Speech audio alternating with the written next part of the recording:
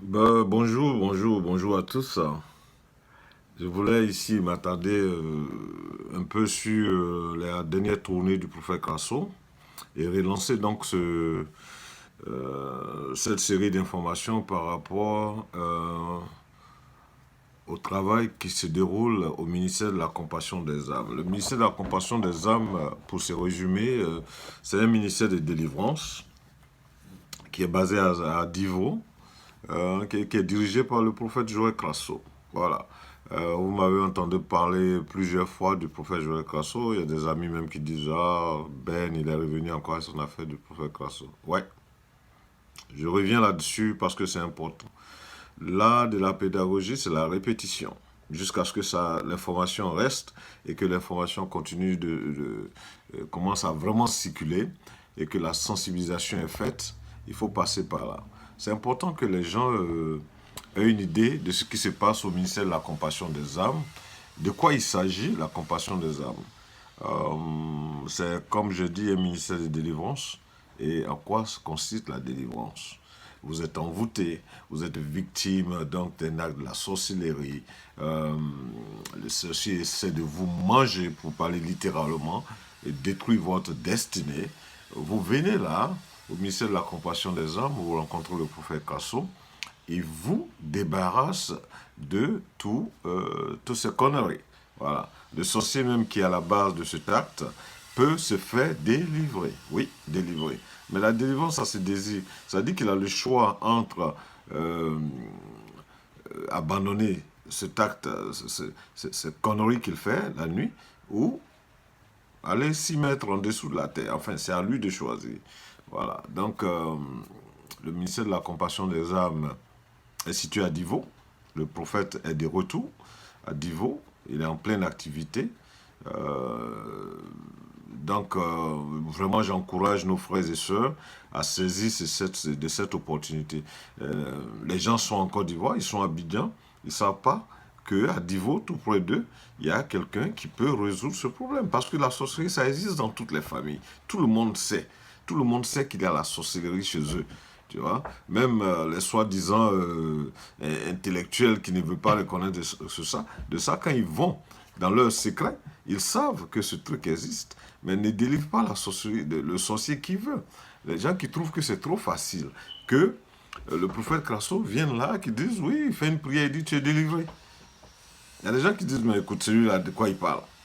Mais c'est vrai. On peut délivrer un sorcier en 5, 10, 15 minutes. Ça dépend du degré de sorcellerie et ça dépend de quel genre de démon il a. Vous voyez, c'est un problème de connaissance. Il faut savoir de quoi il s'agit. Ne dis pas que ça n'existe pas. Ne dis pas que c'est n'importe quoi parce que tu ne comprends pas. Vous comprenez? Il y a trois aspects de la chose. Il y a ceux qui sont naïfs. Je commencerai par ceux qui sont ignorants, ceux qui sont naïfs et ceux qui sont incrédules. Ouais. Si vous êtes dans les trois catégories à la fois, mais vraiment, je ne peux pas vous aider. Tu vois?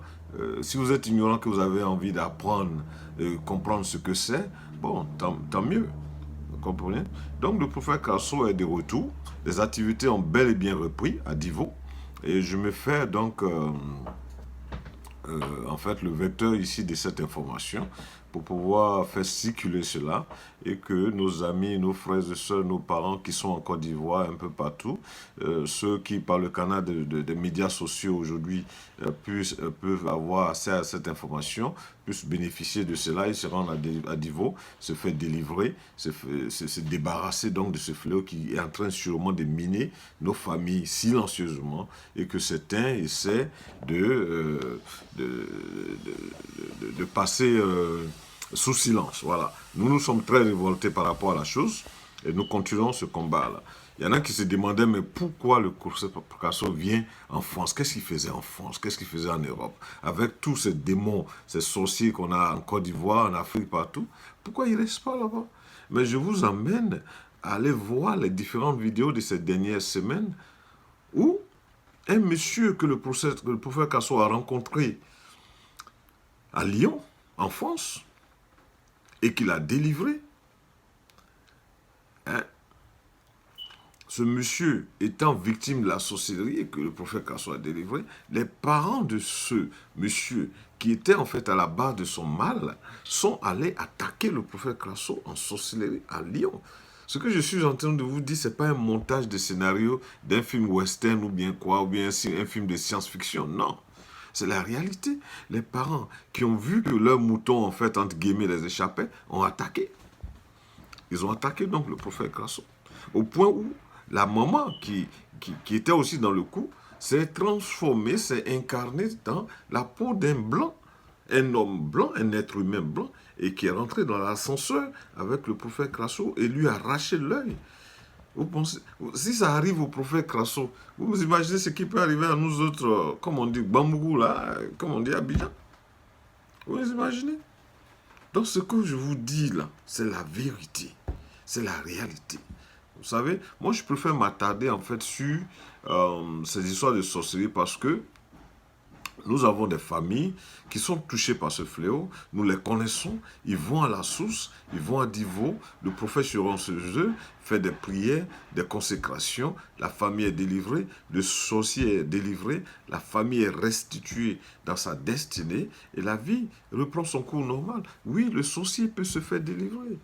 Et c'est dommage que ce soit nous autres qui sommes en fait aux États-Unis, en Europe, partout, que ce soit nous autres qui passons l'information alors que le prophète est à Abidjan, il est à Divo, sous le nez et que les gens ne savent pas.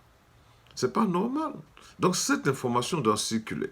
Cette information doit circuler et nous devons faire ce travail-là. Je suis désolé. Au risque de me répéter, je le ferai. Ce combat, je suis vraiment passionné par rapport à la chose et je le prends vraiment au sérieux. Je le prends au sérieux parce que c'est une question de sauver des vies. Il n'y a pas plus important que sauver des vies.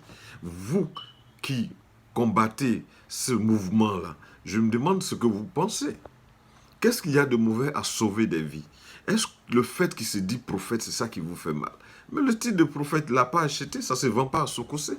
L'onction qu'il y a dans sa vie, il ne l'a pas acheté à Sokosé. Si ça se vendait, vous imaginez combien de gens vont acheter? Donc ça ne se vend pas. C'est un privilège. Il n'y a que Dieu qui donne ça. Et quand ça dépasse l'entendement humain, évidemment, ça devient un problème. C'est là qu'on commence à voir toutes les théories. C'est ceci et c'est cela. Mais ce n'est pas important. Est-ce que des victimes sont délivrées? Est-ce que les gens se retrouvent restitués dans leur destinée? Est-ce que la vie des gens est changée pour le mieux, dans le positif? C'est la question qu'il faut se poser. Et quand les réponses à cela sont oui, oui et oui, avançons. Rendons service à ceux qui ont besoin encore de comprendre. Passez cette information, vous avez quelqu'un que vous connaissez qui est peut-être dans ces situations, qui ne se rend pas compte que vous pouvez sensibiliser. Mon frère, ma soeur, lève-toi, va à Divo, va rencontrer le prophète Crasso. Il peut peut-être résoudre ton problème. Est-ce que vous comprenez? Vous aurez sauvé là une vie. Vous imaginez? Ces gars sont allés attaquer le prophète à Lyon parce que le prophète a détaché, a sauvé, ouais, pour parler littéralement, a détaché leurs moutons, leurs bœufs de sacrifices, de fêtes. Hein, on parle de moutons, mais là on est en train de parler d'une vie humaine. Et des exemples comme ça, il y en a. Il y en a partout. Vous comprenez? Alors, ne soyez pas des saint Thomas. Ouais, moi je me suis déjà affranchi à cela. J'étais délivré de cela. Je crois comme hier. Vous comprenez? Alors, le prophète Crasso a sa place en Europe, aux États-Unis, parce que le sorcier, il se déplace. Il vient faire des victimes ici. Il fait des victimes à Singapour, en Australie, partout. Il n'est pas limité à l'Afrique. Donc, le prophète peut fonctionner dans toutes les dimensions. Dans toutes les dimensions. Il n'y a pas de problème à aller en France, à venir aux États-Unis faire des délivrances. Non. Les gens qui sont ici, qui sont coincés, qui ont besoin de lui. Ouais. Son ministère l'appelle donc à aller partout. Et donc, il ira partout. Vous comprenez? Donc là, c'est juste un coucou pour vous dire que le prophète est rentré à Zaroko, à Divo. Il a repris ses activités. Et la vie continue. La vie continue. Nous voulons vraiment faire passer cette information afin que beaucoup d'êtres humains soient sauvés. C'est dommage que tout le monde ne sera pas sauvé parce que, hein, effectivement, l'information ne passe pas beaucoup. Mais nous allons continuer, nous allons faire notre part, nous allons jouer notre partition et le Seigneur fera le reste. All right? Bonne journée et puis que Dieu vous garde.